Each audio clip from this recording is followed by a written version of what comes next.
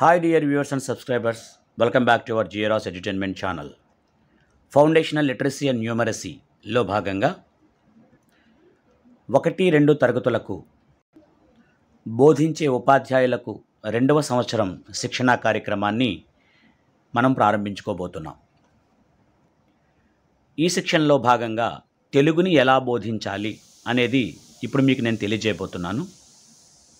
ఈసారి ట్రైనింగ్ మనం కేవలం పీపీటీలని మాత్రం ఉపయోగించి ఇవ్వాల్సి ఉంది కాబట్టి నేను ప్రతి పీపీటీని జిరాక్స్ తీయించి మీ ముందుంచాను. దాని ప్రకారం మీరు ఎలా చెప్పాలి అనే దాన్ని మీకు నేను కన్వే చేయడానికి ప్రయత్నం చేస్తాను. దయచేసి ప్రతి పీపీటీని నేను ఎక్స్ప్లెయిన్ చేసేటప్పుడు మీరు స్కిప్ చేయకుండా ప్రతి పీపీటీని కూడా దయచేసి వినండి. వీడియోని ఆఖరి వరకు చూడండి. ఎందుకంటే ఒక పీపీటీకి ఇంటర్నల్ రిలేషన్షిప్ ఉంటుంది కాబట్టి, కనెక్టివిటీ ఉంటుంది కాబట్టి దయచేసి ఆఖరి దాకా చూడండి. 6 రోజుల శిక్షణలో భాగంగా మొదటి రోజు మీరు తెలుగు బోధించాల్సి ఉంటుంది, తెలుగు ట్రైనింగ్ ఇవ్వాల్సి ఉంటుంది. కాబట్టి భాష సెషన్కు స్వాగతం అని చెప్పే స్లైడ్ ఫస్ట్ మీకు కనపడుతుంది. ఇక్కడ భాష అంటే మాతృభాష తెలుగు అన్నమాట. తెలుగుని ఎలా బోధించాలి అనే దానికి సంబంధించి ఎజెండా ఇది. దీనిలో కీలకమైన పాయింట్లు 4కి నేను టిక్ పెట్టడం జరిగింది. దాంట్లో ఉన్నటువంటి ఫస్ట్ పాయింట్ ఇక్కడ చూస్తే 1-2 తరగతుల్లో బోధనా విధానం దశల వారీ మార్పు. 3 రకాలైన దశలు ఉంటాయి. ఆ దశల్లో మనం పిల్లల్ని సంసిద్ధతా కార్యక్రమం దగ్గర నుంచి 2వ దశ దాకా ఎలా బోధిస్తామనే దాన్ని మనం ఇక్కడ తెలియజేస్తాం అన్నమాట. తర్వాత వచ్చి 4 బ్లాక్ సిస్టమ్ అనే దాన్ని ప్రవేశపెట్టడం జరిగింది. 4 బ్లాక్ సిస్టమ్ ద్వారా పాఠ్యపుస్తకాన్ని ఎలా బోధిస్తాము, వర్క్ బుక్ని ఎలా కంప్లీట్ చేస్తాము అనేదాన్ని స్పష్టంగా తెలియజేయబోతున్నాం. తర్వాత బోధనా సామగ్రిని మనం సొంతంగా ఎలా తయారు చేసుకోవాలి, తయారు చేసిన బోధనా సామగ్రిని తరగతి గదిలో పాఠాలకు అనుగుణంగా ఎలా ఉపయోగించుకోవాలనే దాన్ని కూడా మనం తెలియజేస్తాం.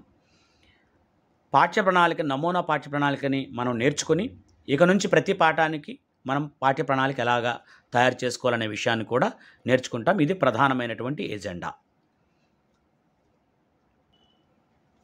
మన ఉపాధ్యాయులు గత ఫిబ్రవరి దాకా ట్రైనింగ్ పొందిన తర్వాత వారి పాఠశాలల్లో గనక వాళ్ళు ఎఫ్ఎల్ఎన్ విధానంలో కనుక బోధించున్నట్లయితే గత సంవత్సరంలో పిల్లలు సాధించిన విజయాల గురించి చర్చిస్తాము. లేదు ఈ సంవత్సరంలో ఏమన్నా మనం చేయడానికి అవకాశం ఉందనేది ఈ పీపీటీ మనకు తెలియజేస్తుంది. కాబట్టి వ్యక్తిగతంగా అభిప్రాయాలు అనే దాన్ని ఇక్కడ సేకరించాల్సి ఉంటుంది, తెలుసుకోవాల్సి ఉంటుంది అన్నమాట. ఇది దానికి సంబంధించిన స్లైడ్. ఈ స్లైడ్ పూర్తిగా 1 సంవత్సరానికి సంబంధించి బోధనా చట్రాన్ని ఎలా తయారు చేసుకుంటాము, ఎలా రూపొందించుకుంటాము అనే దానికి సంబంధించిన స్లైడ్. కాబట్టి 1 సంవత్సరానికి సంబంధించి తెలుగు భాషకు సంబంధించి 1-2 తరగతులకి టోటల్గా బోధనా చట్రాన్ని మనం ఎలా రూపొందించుకుంటామో అనేటువంటి స్లైడ్ ఇది. దీన్ని ఇచ్చిన తర్వాత ఆ బోధనా చట్రం ఎలా ఉంటుందో కూడా మనమే నెక్స్ట్ స్లైడ్ ద్వారా తెలియజేస్తాం. ఇది సంవత్సరానికి మొత్తం సంబంధించినటువంటి ట్రాన్సిషన్ చట్రం.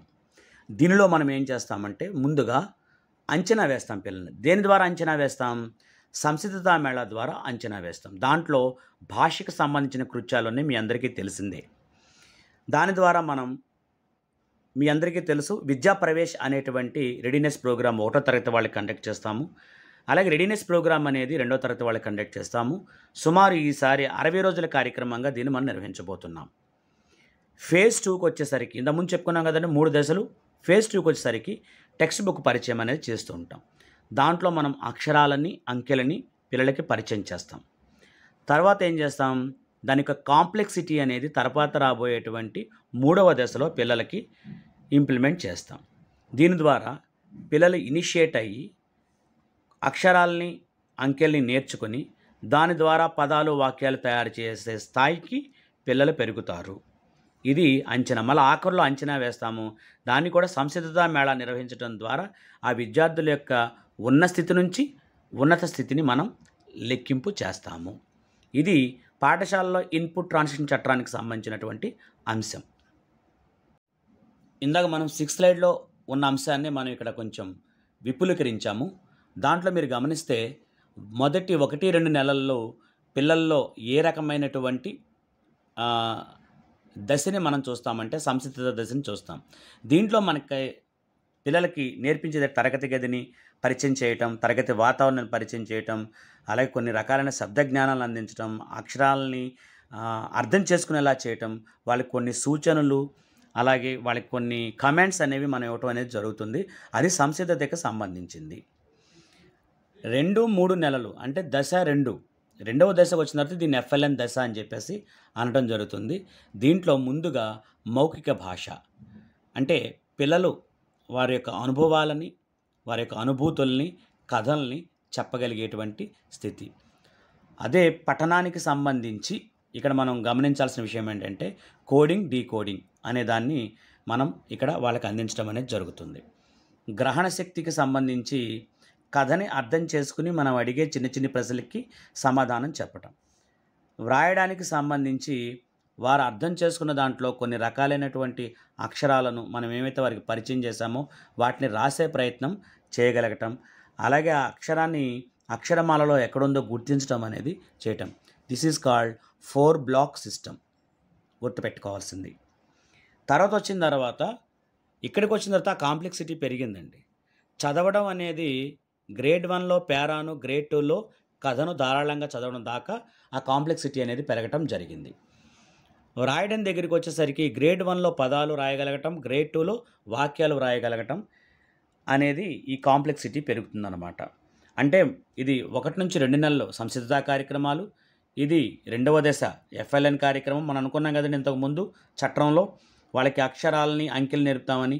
ఇది భాషకు సంబంధించింది కాబట్టి అక్షరాలే ఇక్కడ చెప్పడం జరిగింది. ఆ కాంప్లెక్సిటీ అనేది పెరుగుకుంటూ పోతుందని మనం ఇక్కడ తెలియజేశాము. కాంప్లెక్సిటీ అక్షరాల దగ్గర నుంచి పేరాలుగాను, కథలుగాను మారింది. రాయటంలో పదాల దగ్గర నుంచి వాక్యాల దాకా పెరగటం అనేది జరిగింది. ఈ విషయాన్ని జాగ్రత్తగా గమనించండి. మీరు ప్రత్యేకమైనటువంటి సిలబస్ ఏమీ కాదు, మన టెక్స్ట్ బుక్ని, వర్క్ బుక్ని మాత్రమే ఉపయోగించి చేసేవే ఇవి. మనకి తెలియని విషయం ఏంటంటే ఎఫ్ఎల్ఎన్ అనేది ఇప్పటికే వర్క్ బుక్కుల రూపంలోనూ, టెక్స్ట్ బుక్కుల రూపంలోనూ మన దగ్గరికి వచ్చేసింది. టెక్స్ట్ బుక్లు మారినవి అన్నీ కూడా ఎఫ్ఎల్ఎన్ మోడ్లోనే రాశారు. దయచేసి గమనించండి. ఇది ప్రత్యేకమైన సిలబస్ కాదు. ఇక నుంచి పాఠ్యాంశాలన్నీ అదే విధంగా బోధించాలి. అందుకని మనకి ట్రైనింగ్ అనమాట అండి. దయచేసి మిత్రులందరూ గమనించండి. తెలుగు బోధనలో మనం ముందు నుంచి చెప్పుకుంటూ వస్తున్నాం 4 బ్లాక్ సిస్టమ్ అని. This is very very important. This is 4 block system. First block వచ్చి మౌఖిక భాషాభివృద్ధి, ఇంగ్లీష్లో దాన్ని ఓరల్ లాంగ్వేజ్ డెవలప్మెంట్ అంటారు. సెకండ్ వచ్చి మీకు ఇక్కడ కొంచెం పైది కిందకి పైకి పడింది. ఇంగ్లీష్లో కరెక్ట్గా ఉంది కానీ తెలుగులో కొంచెం డిఫరెన్స్ ఉంది. సెకండ్ వచ్చేసి పదాల ఆట లేదా డీకోడింగ్ అంటారు. మూడవది వచ్చేసి పఠన పటిమ, దీన్ని రీడింగ్ ఫ్లూయెన్సీ అంటారు. ఫోర్త్ బ్లాక్ వచ్చేసి వ్రాయటం, దాన్నే భావ వ్యక్తీకరణ అంటారు. మన లెసన్ ప్లాన్ కూడా ఈ 4 రకాలైనటువంటి బ్లాక్స్ని టచ్ చేస్తూ వెళ్తుంది. కాబట్టి దీని మీద మీరు మంచి స్ట్రెస్ ఇవ్వాల్సి ఉంటుంది. ఫస్ట్ పాయింట్ వచ్చి మౌఖిక భాషాభివృద్ధికి సంబంధించి మనం ఏం చేయొచ్చు. అనధికార సంభాషణ అంటే కబుర్లు చెప్పించవచ్చు. 3వ తరగతి నుంచి మనకి పిల్లాడు వచ్చినప్పుడు వాళ్ళతో మంచి రేప పెంచుకోవడానికి ఇది ఉపయోగపడుతుంది అన్నమాట మనకి. అదే కొన్ని రోజులైన తర్వాత కొత్త పాఠం మొదలు పెట్టాము, అప్పుడు మనం చిత్రాలపై చర్చ చేయించవచ్చు. మనకి బిగ్ పిక్చర్ ఓపెన్ అవుతుంది కదండి టెక్స్ట్ బుక్ ఓపెన్ చేయగానే, దాని మీద మనం సంభాషణ చేయించవచ్చు. అలాగే గేయాలు ఉన్నాయి. ఈ 3 అంశాలు కూడా మౌఖిక భాషాభివృద్ధి కిందకు వస్తాయి. టెక్స్ట్ బుక్ను అనుసరించి చెప్తున్నాం మనం ఇప్పుడు. తర్వాత వచ్చి నేను దీన్ని కొంచెం అప్సైడ్ డౌన్ అయిందని చెప్పాను. పదాల ఆట లేదా డీకోడింగ్ వెరీ ఇంపార్టెంట్. దీంట్లో చాలామందికి చాలా రకాల అలవాటు ఉన్నాయి. కోడింగు, డీకోడింగ్ అంటే దాని గురించి అంత డీప్గా ఎవరు ఆలోచించొద్దు. నేను ఎగ్జాంపుల్ చెప్తాను. పడవ అనేది పిల్లాడికి బడికి రాకముందు తెలియదు. పడవ అనేది రాయమంటే వాడికి తెలియదు. వాడికి తెలుసు పడవ అంటే ఎలా ఉంటుందో తెలుసు, కానీ రాయమంటే రాయలేడు. పడవ. ఈ పడవ అనేటువంటి 3 అక్షరాలు కలిపితే అది ఒక వస్తువు పేరు లేదా ఒక ప్రయాణ సాధనం పేరు. దీన్ని ప అని మాత్రమే అంటాం మొదటి శబ్దాన్ని, దీన్ని డ అని మాత్రమే అంటాము, దీన్ని వ అని మాత్రమే అంటాము, దీన్ని డా అనలేము. పిల్లాడికి పడవ అంటాం తెలుసు కానీ దీన్ని పా అని చదవటం తెలీదు. దీన్ని ఏర్పరచడాన్నే మనం డీకోడింగ్ అంటాము. కోడింగ్ అర్థం కానిది, అర్థమైన తర్వాత పా అంటే ఇదే తెలుసుకుంటాడు. కాబట్టి కోడింగ్, డీకోడింగ్ గురించి ఎక్కువ టైం వేస్ట్ చేయదని నా మనవి. సింపుల్గా చెప్పండి, తెలియని దానికి తెలిసిన దాన్ని ఆపాదించడమే కోడింగ్ అండ్ డీకోడింగ్ అని చెప్పండి, సింపుల్గా అర్థమవుతుంది. ఓకేనండి. తర్వాత వచ్చి పఠన పటిమ, రీడింగ్ ఫ్లూయెన్సీ. ఈ అక్షరాలు ఇవన్నీ నేర్చుకున్న తర్వాత అక్షరాలు పదాలుగా మారతాయి, పదాల నుంచి వాక్యాలు తయారవుతాయి, అది అందరికీ తెలిసిందే. చిన్ని చిన్ని పారాగ్రాఫుల్ని పిల్లాడు చదవగలగటాన్ని మనం పఠన పటిమ అంటామన్నమాట. కథకు సంబంధించిన కార్యకలాపాలు, ముద్రణ అవగాహన. అంటే మీరు చిన్న పారాగ్రాఫ్ ఇచ్చారనుకోండి, ఆ చిన్న పారాగ్రాఫ్ను ఉపయోగించుకుని పిల్లాడు చదవచ్చు. ఆ రకమైనటువంటి చిన్న చిన్న పారాగ్రాఫ్లు మనకు మెటీరియల్లో వస్తాయి. ఆ మెటీరియల్ని మీరు క్లాస్ రూమ్లో ఉపయోగించుకుంటారనమాట. లేదంటే మీరు సొంతంగా తయారు చేసుకోవచ్చు పదాలకు సంబంధించి. That is up to you. తర్వాత వచ్చి వ్రాయడం, భావ వ్యక్తీకరణ. మీ సొంత పదాలలో రాయండి. చాలామందికి ఉన్నది ఏంటంటే, 1వ తరగతి వాడు ఎలా రాసేస్తాడు, 1వ తరగతి వాడు ఎలా రాస్తాడు కాదండి, అక్షరాలు వచ్చిన తర్వాత ఎలా రాస్తాడు. ఇప్పుడు పడవ అనే దాంట్లో మీరు ఈరోజు పా అనే అక్షరాన్ని తీసుకున్నారు. పా అనే అక్షరాన్ని ఆ విద్యార్థికి పడవ అనేటువంటి పదంలో మొదటి అక్షరాన్ని పరిచయం చేయడానికి మీరు ఆ పా అనేదాన్ని ఎక్కడుందో చూపించడాన్ని డీకోడింగ్ చేస్తారు. ఆ పా అనేదాన్ని ఒక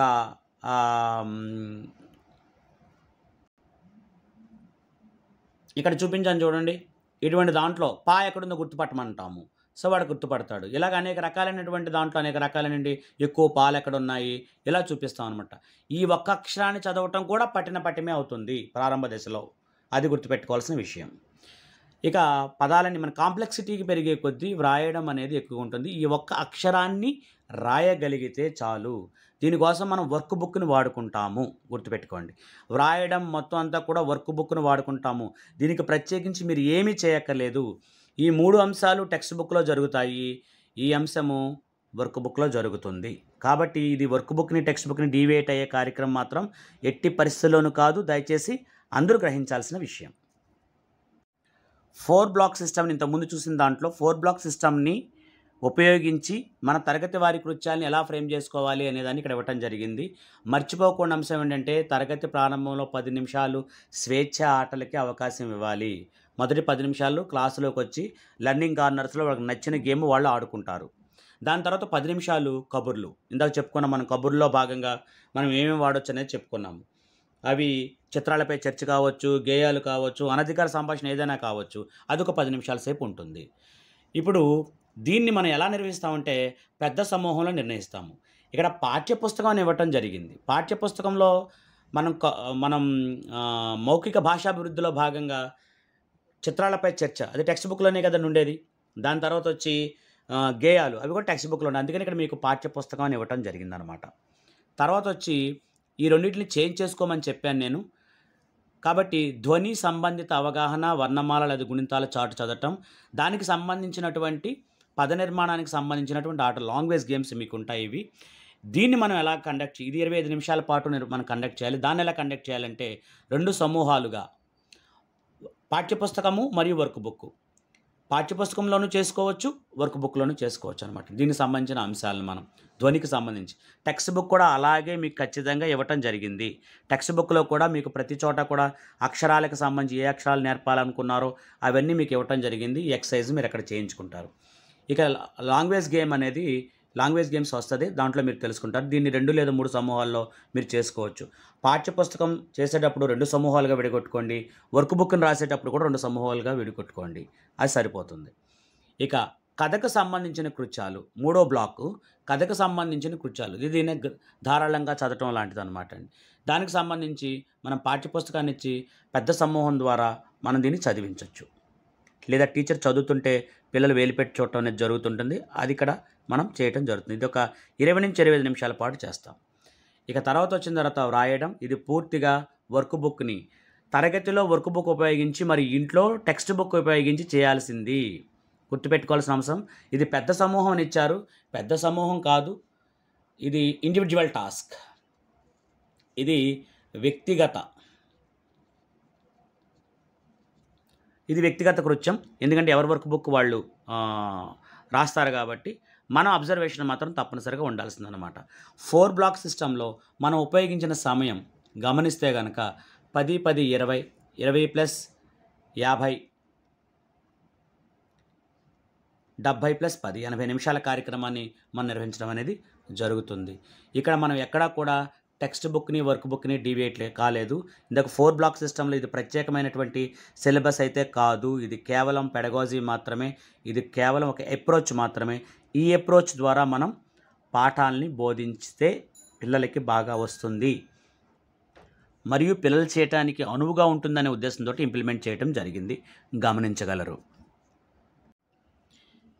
మనకి 4 బ్లాక్ సిస్టంలో మొదటి బ్లాక్ మీరు గమనించే ఉంటారు. మౌఖిక భాషాభివృద్ధి. ఇది 10 నిమిషాల సమయం అనేది తీసుకుంటుంది. దీంట్లో మనకి 10 నిమిషాల సమయంలో group 1, group 2, group 3, group 4, group 5 ఇలాగ 5 గ్రూపులుగా పిల్లల్ని చేయటం జరుగుతుంది. చిత్రంపై చర్చ.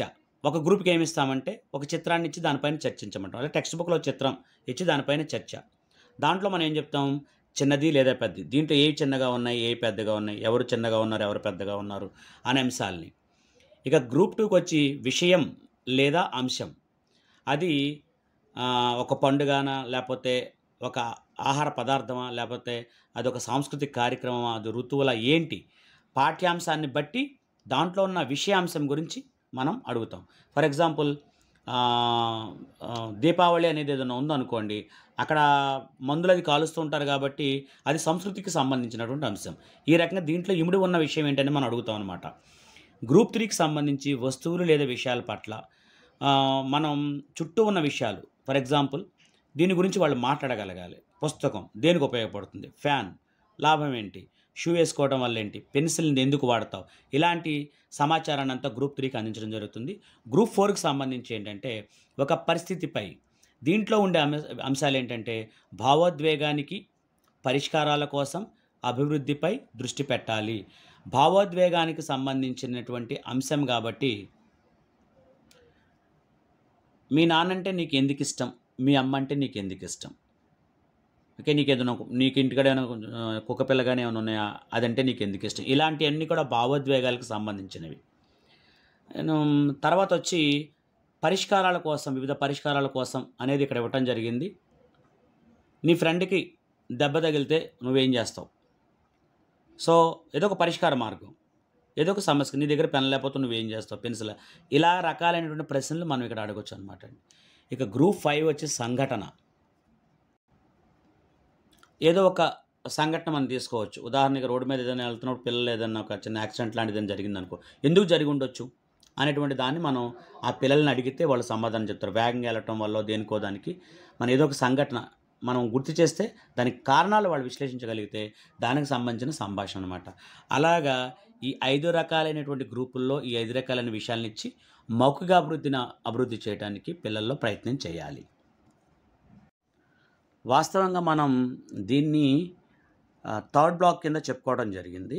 కానీ మీకు స్లైడ్స్ మీద ముందు వస్తుంది కాబట్టి దీన్ని ముందు చెప్తున్నాను, మీరు కన్ఫ్యూజ్ అవ్వకుండా ఉంటారని.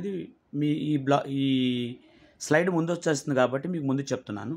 మీరు ఎలాగైనా చెప్పొచ్చు, ఇబ్బంది లేదు. కానీ పిల్లల్ని ప్రిపేర్ చేసేటప్పుడు మాత్రం ఫస్ట్ కోడింగ్ అండ్ డీకోడింగ్ అయిన తర్వాతే ఈ పఠనానికి సంబంధించి తీసుకోవాల్సిందిగా మీరు టీచర్స్కి తెలియజేయాల్సి ఉంటుంది. సరే, విషయానికి వద్దాం. ఇక పఠనానికి సంబంధించి కథకు సంబంధించిన కృత్యాల నిర్వహణ ప్రక్రియ ఎలా ఉంటుందో మీరు జాగ్రత్తగా గమనిస్తే, ఫస్ట్ మొదటి రోజు ఒక పాఠం తీసుకున్నాము. ఆ పాఠానికి సంబంధించి ముందుల శీర్షిక పైన లేదా చిత్రం పైన చర్చ పెట్టాలి. అది అంతా కూడా హోల్ క్లాస్ యాక్టివిటీగా చేయాలి. తర్వాత సెకండ్ స్టెప్ ఏంటంటే ఆ కథను చదవటం, అర్థం చేసుకోవటం. ఇక్కడ గమనిస్తే ఉపాధ్యాయుడు చదువుతాడు, కంఠస్వరంలో హావభావాలకు తగినట్టుగా మాడ్యులేషన్ తోటి చక్కగా ఎక్కడైతే స్ట్రెస్ ఇవ్వాలి, ఎక్కడ ఇంటోనేషన్ ఇవ్వాలో అవన్నీ ఇచ్చుకుంటూ చదువుతాడు. పిల్లలు దాన్ని జాగ్రత్తగా వింటున్నారో లేదో మధ్యలో 2-3 ప్రశ్నలు అడగొచ్చు. ఇక్కడ గమనించాల్సిన విషయం ఏంటంటే కథ చదువుతున్నప్పుడు పిల్లలు వేలు పెట్టి చూసి వినాలి, కానీ టీచర్ వెనకాల అనకూడదు. టీచర్తో పాటు వెనకాల పిల్లలు చెప్పకూడదు. కాబట్టి ఆ విషయాన్ని మీకు స్పష్టంగా తెలియజేస్తున్నాము.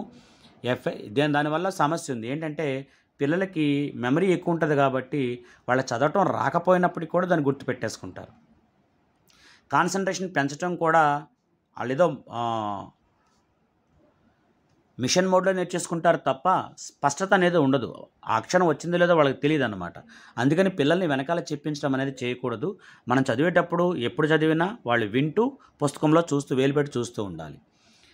ఇప్పుడు మరొకసారి మనం కథను చదవటం. ఇక్కడ చూడండి, పిల్లలను పదాల వద్ద వేలి ఉంచి చూస్తూ వినమని చెప్పడం. ఆ తర్వాత ఒక పదాన్ని చెప్పి ఆ పదాన్ని కథ లేదా పాఠంలో గుర్తించి నేలపైన లేదా కాపీ బుక్లో రాయమని చెప్పడం. దాని తర్వాత చదవమని చెప్పటం. ఇది పఠనానికి సంబంధించి మొదటి రోజు. అదేవిధంగా రెండో రోజు నుంచి ఐదో రోజు వరకు కూడా ఏ రకంగా ఉంటుంది అనేదాన్ని ఇక్కడ చూస్తే దీంట్లో అదనంగా జాయిన్ అయింది ఏంటంటే ఆట ఆడించడం అనేది, పదాలకు సంబంధించినటువంటి ఏదో ఒక ఆట, లాంగ్వేజ్ గేమ్ అనేది ఆడించడం అనేది దీంట్లో జోడించడం జరిగింది. ఇక్కడ దీంట్లో మీరు అందరూ గుర్తుంచుకోవాల్సిన విషయాన్ని ఇక్కడ చెప్పడం జరిగింది. ప్రతిరోజు కథను గుర్తు చేసుకోవడం నుంచి ప్రారంభించాలి. అంటే రీక్యాప్ ఉండాలన్నమాట అండి. ఒక కథ ప్రారంభించామనుకోండి, ఆ కథ అక్కడితో అయిపోయిన తర్వాత నుంచి కాదండి, ఒకసారి మనం రీక్యాప్ చేయాలి. ఓకేనండి. పునర్విమర్శ అంటారు కదా, అది చేసిన తర్వాత నుంచే మనం కంటిన్యూ చేయాలి. ప్రతిరోజు కథ ఆధారంగా భిన్నంగా కాస్త క్లిష్టంగా లేదా ఓపెన్ ఎండెడ్గా ప్రశ్నలు అడగాలి. రోజు రొటీన్ క్వశ్చన్స్ కాకుండా ఈ సందర్భంలో నువ్వైతే ఏం చేస్తావు, ఆ రాజుగారు నువ్వైతే ఏం చేస్తావు, ఇలాగా దానికి సంబంధించి ఓపెన్ ఎండెడ్ అంటే ఏ ఆన్సర్ అయినా వాళ్ళు ఇవ్వచ్చు. అది పర్టికులర్ ఆన్సర్ ఉండదు, ఏ ఆన్సర్ అయినా ఉండొచ్చు. ప్రతి ఆన్సరు కూడా పరిగణించుకోవాలి. ప్రతిరోజు కథలోని వేరే పదాన్ని చెప్పి పిల్లలతో అది గుర్తించి వ్రాయించి చదివించాలి. ఈ రకంగా పఠన సామర్థ్యాన్ని పిల్లల్లో పెంచే ప్రయత్నం చేయాలి. గుర్తుంచుకోవాల్సిన అంశం ఏంటంటే, పఠనంలో రాయటం వస్తుంది కదా అని మీరు అనుకోవచ్చు, కానీ మనం ఇక్కడ ఇస్తుంది పూర్తి వాక్యాలు కాదు, కేవలం పదాలు మాత్రమే. కాబట్టి ఆ పదాలు నేర్చుకునే క్రమంలో ఆ పిల్లలు రాసి వాళ్ళు ఏం రాస్తారో వాళ్ళు చదవగలగాలన్నమాట. దీన్నే రీడింగ్ కాంప్రహెన్షన్ అని చెప్పేసి మనం చెప్తూ వస్తాం. ఇది ఫోనోలాజికల్ అవేర్నెస్ లేదా కోడింగ్ అండ్ డీకోడింగ్ అంటాం కదండి, అదనమాట దానికి సంబంధించింది. అంటే మనకి బ్లాక్ నెంబర్ 2కి సంబంధించినటువంటి అంశం ఇది. దీంట్లో మనం ప్రతిరోజు 5 నుంచి 7 నిమిషాలు దీన్ని మనం నిర్వహించాలి. తరగతి గదిలో 2 సమూహాల్లో నిర్వహించాలన్నమాట. ఒక పదాన్ని చెప్తాం. ఫర్ ఎగ్జాంపుల్ ఇక్కడ ప డ వ అనేటువంటి ఒక పదం చెప్పాం, పడవ అని చెప్పాం. దీంట్లో మనం ఏం చేస్తామంటే పిల్లాడిని మొదటి శబ్దం ఏంటి అని అడుగుతాం. అసలు ఎన్ని శబ్దాలు ఉన్నాయని అడుగుతాం. మరో పిల్లవాడిని మొదటి శబ్దం ఏంటని అడుగుతాం. తర్వాత వాడిని రెండో శబ్దం ఏంటని అడుగుతాం. తర్వాత వాడిని మూడో శబ్దం ఏంటంటాం, లేదా మధ్యలో శబ్దం ఏంటని అడుగుతాం. ఇలాగా పిల్లల్ని రకరకాలైనటువంటి ప్రక్రియల ద్వారా దీంట్లో ఎన్ని శబ్దాలు ఉన్నాయో మొత్తానికి ముందు మనం కన్వే చేస్తాం అన్నమాట. అలా చెప్పిన అక్షరాన్ని గుణింతాల చార్ట్లో కానీ లేకపోతే వర్ణమాల చార్ట్లో కానీ ఎక్కడుందో కనుక్కోమని చెప్తాం. ఆ అక్షరాన్ని మనం వీలైతే బోర్డు మీద రాయించడం కానీ లేదా వాళ్ళ పలక మీద కానీ లేదా పుస్తకం మీద రాయించడం కానీ చేస్తాము. అలాగే రెండో శబ్దాన్ని కూడా ఎక్కడుందో కనుక్కోమని చెప్పి దాన్ని మళ్ళీ పుస్తకంలో రాయించడం, అలా మూడో శబ్దాన్ని కూడా ఎక్కడుందో కనుక్కోమని పుస్తకంలో రాయించడం చేస్తాము. దీన్ని ఇంచుమించుగా మనం ఒక గేమ్ లాగా కూడా కండక్ట్ చేసుకోవచ్చు. కాబట్టి మీరు గమనించాల్సింది ఏంటంటే, వర్క్ బుక్ లేదా కథలో నుండి 2-3 పదాలను తీసుకుని వాటిపై ఈ కృత్యాన్ని చేయాలి. 2-3 పదాలు అంటే రోజుకు 2-3 పదాలు లేదా 2 పదాలు 3 పదాలు, సుమారుగా 2 పదాలు అంటే 6 అక్షరాలు నేర్చుకోవచ్చు, లేదా 4 అక్షరాల దాకా అవకాశం ఉంది. కాబట్టి ఆ రకంగా మనం అక్షరాలు నేర్పించడం అనేది ఫోనోలాజికల్ అవేర్నెస్ అనేది చేయించాల్సి ఉంటుంది. మీకు మొదటి సంవత్సరంలో రండి ఆడుకుందాం అనే పుస్తకం ఒకటి ఇవ్వటం జరిగింది ఆవోకేలో. దానిలో ఈ భాషకు సంబంధించినటువంటి గేమ్స్ ఉన్నాయండి. వాటిని మీరు ఆడిస్తారు. 2 నుంచి 3 నిమిషాలు ఈ గేమ్ని ఆడిస్తారు. ఇది మనం పెద్ద సమూహంలో చేయించాలన్నమాట. ఫోనోలాజికల్ కృత్యాలంటే అదే. ఓకేనండి. దీన్ని మీరు ట్రైనింగ్లో కూడా చేయించవచ్చు మన టీచర్స్ తోటి. ఈ క్లిప్ దేనికి సంబంధించిందంటే, మన ట్రైనింగ్ ప్రోగ్రాంలో మన టీచర్స్ తోటి రకరకాలైనటువంటి కృత్యాలకు సంబంధించింది. అక్షరాలు ఉపయోగించి పదాలు, గుణింతాక్షరాలు ఉపయోగించి పదాలు, అలాగే పదాలు ఉపయోగించి వాక్యాలు, అలాగే ఏదన్నా ప్రాస పదాలు, ఇలాంటివి మనం మన టీచర్స్ తోటి మనం ట్రైనింగ్ ప్రోగ్రాంలో చేయించవచ్చు. ఇవి మన క్లాస్ రూమ్లో కూడా పిల్లలతో కూడా చేయించవచ్చు. ఇది లాంగ్వేజ్ గేమ్కి సంబంధించిందేనండి. మనం ఆ రోజు ఒక గేమ్ని మనం ఆడి మిగతా గేమ్స్కి టీచర్ రెడీ చేయించవచ్చు. అలాగే మన స్కూల్లో కూడా పిల్లలతో కూడా మనం గేమ్స్ ఆడించవచ్చు అన్నమాట. దానికి సంబంధించిన క్లిప్పింగే ఇది. ఇవి కూడా లాంగ్వేజ్ గేమ్స్కి సంబంధించినటువంటివే. ప్రతిరోజు మనం పాఠశాలలో అయితే 10 నిమిషాలు ఆడిస్తాము. పదాల జల్లు, అలాగే వాక్యాల మాయాజాలాలు, ఇవన్నీ కూడా ఇవన్నీ కూడా మనకి పాఠ్యపుస్తకం ఆధారంగా, ఆవోకేలో ఆధారంగా రకరకాల గేమ్స్ అన్ని మనకి ఇవ్వటం జరిగింది. దీనికి సంబంధించినటువంటి మెటీరియల్ మాత్రం మనం ముందుగానే తయారు చేసుకొని పిల్లలకి ఇచ్చిన తర్వాతే గేమ్ అనేది స్టార్ట్ చేసుకోవాలనేది దీంట్లో ఉన్న సారాంశం. ఇది మీకు అర్థమవుతుంది, ఇబ్బంది లేదు. ఇది అక్షరాలను ఉపయోగించి పదాలను తయారు చేసేటువంటి గేమ్. ఇది ఒక 5 నిమిషాల సేపు. ఈ లాంగ్వేజ్ గేమ్స్ అన్నీ కూడా మీకు కోడింగు, డీకోడింగు సంబంధించి ఫోనలాజికల్ అవేర్నెస్లో భాగంగా ఉండే అంశాలేనండి ఇవన్నీ కూడా. అంటే బ్లాక్ నెంబర్ 2కి సంబంధించినవి ఇవన్నీ కూడా. కాబట్టి ఇవన్నీ కూడా పిల్లల్లో లేదా ఇక్కడ మనకి టీచర్లలో ఎన్ని రకాలైనటువంటి అక్షరాలు పిల్లలు గుర్తించి ఎన్ని రకాలైనటువంటి పదాలను తయారు చేయగలరన్నదే పాయింట్ ఇక్కడ. అది గుర్తుపెట్టుకుని జాగ్రత్తగా మెటీరియల్ సిద్ధం చేసుకోవాలి. ఇది గుణింతాలని ఎలా చదవాలి అనేటువంటి దానికి సంబంధించిన సమాచారం. మనం గుణింతాల కార్డు తీసుకొని ఒక గుణింతాన్ని ఎడమవైపు నుంచి కుడివైపుకి చదవాలి. చదువుతున్నప్పుడు పిల్లలు మన వైపు చూస్తూ ఉండాలి. మన వెనకాల మాత్రం ఖచ్చితంగా చెప్పకూడదు, అది మాత్రం గుర్తుపెట్టుకోండి. తర్వాత ర్యాండమ్గా మధ్యలో ఆ గుణింతంలో మధ్యలో ఒక అక్షరాన్ని మనం అడుగుతాము. పిల్లలు దాన్ని చెప్పగలగాలి. తర్వాత వాళ్ళు గుణింతాల కార్డుని తీసుకుని వాళ్ళు వరుసగా చదువుకుంటూ వచ్చి మనం అడిగినటువంటి అక్షరాన్ని దాంట్లో గుర్తించి చెప్పగలగాలి. లేదా మనం అక్షరం చెప్తే వాళ్ళు దాంట్లో చూపించగలగాలి. ఇవన్నీ కూడా దానికి సంబంధించింది. అదే అక్షరాలను ఉపయోగించి లేదా ఆ గుణింతంలో కనుక ఏదైనా పదం తయారైతే దాన్ని మనం చెప్పినప్పుడు వాళ్ళ పుస్తకంలో రాసుకోగలగాలి. దానికి సంబంధించిన క్లియర్ ఇన్స్ట్రక్షన్స్ అన్ని ఇక్కడ ఇవ్వటం జరిగింది. మీరు ఈ విషయాన్ని చదివి మీరు కూడా అర్థం చేసుకోగలరు. ఒక గుణింతాల చార్ట్ని మనం తీసుకొని డెమో ఇవ్వాలి. ఇది డెమోకి సంబంధించింది. మనం డెమో ఇవ్వాలి. తర్వాత వాళ్ళ చేత డెమో ఇప్పించాలి. ఇది మార్గదర్శక లేఖన ప్రక్రియకు సంబంధించింది. దీన్ని ఎలా రాయాలి అని అంటే ముందు ఒక వాక్యాన్ని మనం చెప్తాం. ఆ వాక్యంలో ఎన్ని పదాలు ఉన్నాయో మనం చెప్తాం. దాంట్లో పదాలకు సంబంధించి మనం లైన్లు రాస్తాము. ఆ లైన్ల మధ్యలో ఆ అక్షరాలు రాయాలి.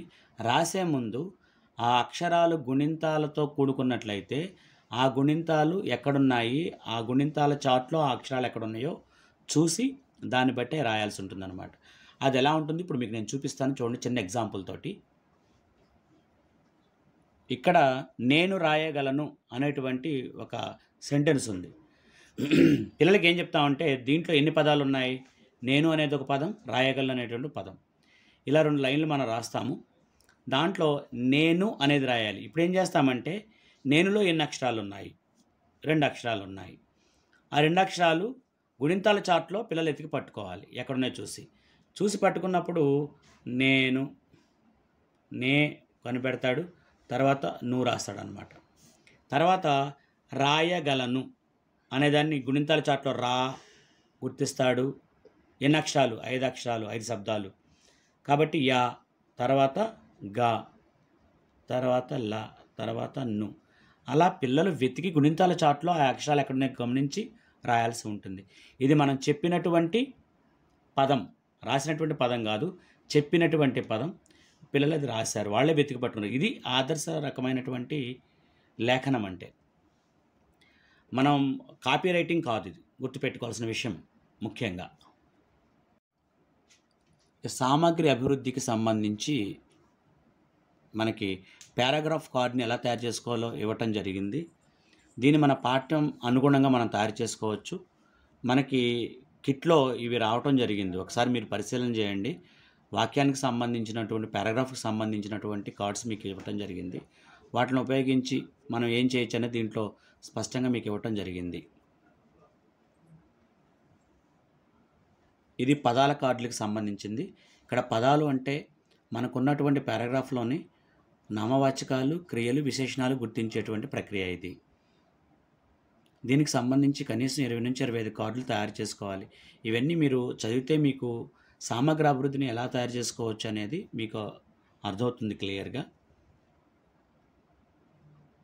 ఇది వాక్యాలకు సంబంధించినటువంటి కార్డు. దీనిలో 20-25 కార్డ్స్ తయారు చేసుకుని ఉంచుకుంటాం మనం. దీంట్లో ఎక్కువ నేను, మనము, నువ్వు, మీరు అంటే సర్వనామానికి సంబంధించినటువంటివి రాసుకుంటాము. అక్షరాల సైజు పెద్దగా ఉండాలన్నారు, రంగు పెన్నులు ఉపయోగించాలన్నారు, సురక్షితమైన టేప్ తోటి అంటించాలని చెప్పేసి చెప్పడం జరిగింది. ఈ రకమైన వాక్యాల కార్డులు కూడా మనం తయారు చేసుకుంటాం. అన్ని చిన్న చిన్నవే ఏవైనా సరే. దీంట్లో ప్రొనౌన్స్ని అర్థం అవడం కోసం ఈ వాక్యాల కార్డులు ఉపయోగపడతాయి అన్నమాట. ఇవి యూనిట్ కార్డ్స్కి సంబంధించింది. యూనిట్ కార్డ్ అంటే ఏం కాదు, అచ్చులు, హల్లులు ప్రతిసారి భిన్నంగా ఉండాలి. వివిధ రకాలైన ఓవెల్స్ను ఉపయోగించే రాయాలి, అంటే అచ్చులను ఉపయోగించి రాయాలి. తర్వాత ఒక అచ్చు ఒక హల్లుతోటి అలా ఉంది, కళ ఉంది, జల ఉంది, ఇలాగనమాట. ఈ రెండు కలిపి ఒక యూనిట్ అవుతుంది. అక్షరాల సైజు మాత్రం పెద్దగా ఉంచాలి. తర్వాత రంగు పెన్నులు వాడాలి, టేప్ సురక్షితమైనది వాడాలి. దీని ద్వారా మనం ఈ రకాలైనటువంటి కార్డులు తయారు చేసుకోవాలన్నమాట అండి. ఫ్లాష్ కార్డ్స్ ఒక కార్డు పైన ఒక అక్షరమే ఉండాలి, అది రంగు పెన్తో రాయాలి, అక్షరాల సైజు పెద్దగా ఉండాలి. సో అక్షరాల ఫ్లాష్ కార్డ్స్ ఇవన్నీ కూడా ఒక అక్షరం మాత్రమే రాయాల్సి ఉంటుంది. ఇవి 20-25 మనం తెలుగు భాషలో ఎన్ని అక్షరాలు ఉన్నాయి అన్నీ కూడా రాసుకోవచ్చు, ఇబ్బంది అయితే ఏమీ లేదు. 4 బ్లాక్ సిస్టమ్ ఉపయోగించి మనం ప్రతిరోజు తరగతి గదిలో అనుసరించే విధానాన్ని ఉపయోగించి ఒక పాఠాన్ని తీసుకుని మనం ఒక పాఠ్య ప్రణాళిక తయారు చేసుకోవటం అనేది లాస్ట్కి మనం తీసుకురావాల్సిన అవుట్కమ్. కాబట్టి పైన ఉన్నటువంటి 4 బ్లాక్ సిస్టమ్ అంటే మౌఖిక భాషాభివృద్ధికి సంబంధించి, కోడింగ్ అండ్ డీకోడింగ్కి సంబంధించి, తర్వాత ధారాళంగా చదవడానికి సంబంధించి, భాషా క్రీడలకు సంబంధించి, ఆకలో రాయడానికి సంబంధించి ఈ 4 బ్లాక్ సిస్టమ్ని మనం కనెక్ట్ చేస్తూ ఒక లెసన్ ప్లాన్ అనేది రెడీ చేసుకోవాల్సి ఉంటుంది. నా సానుకూలతను బట్టి మీకు నేను లెసన్ ప్లాన్ని తర్వాత పోస్ట్ చేస్తాను. దీంతో మనకి తెలుగు భాషకు సంబంధించినటువంటి పూర్తిగా పీపీటీని బేస్ చేసుకుని మీకు ఇచ్చేటువంటి సమాచారం. Thank you for watching my video.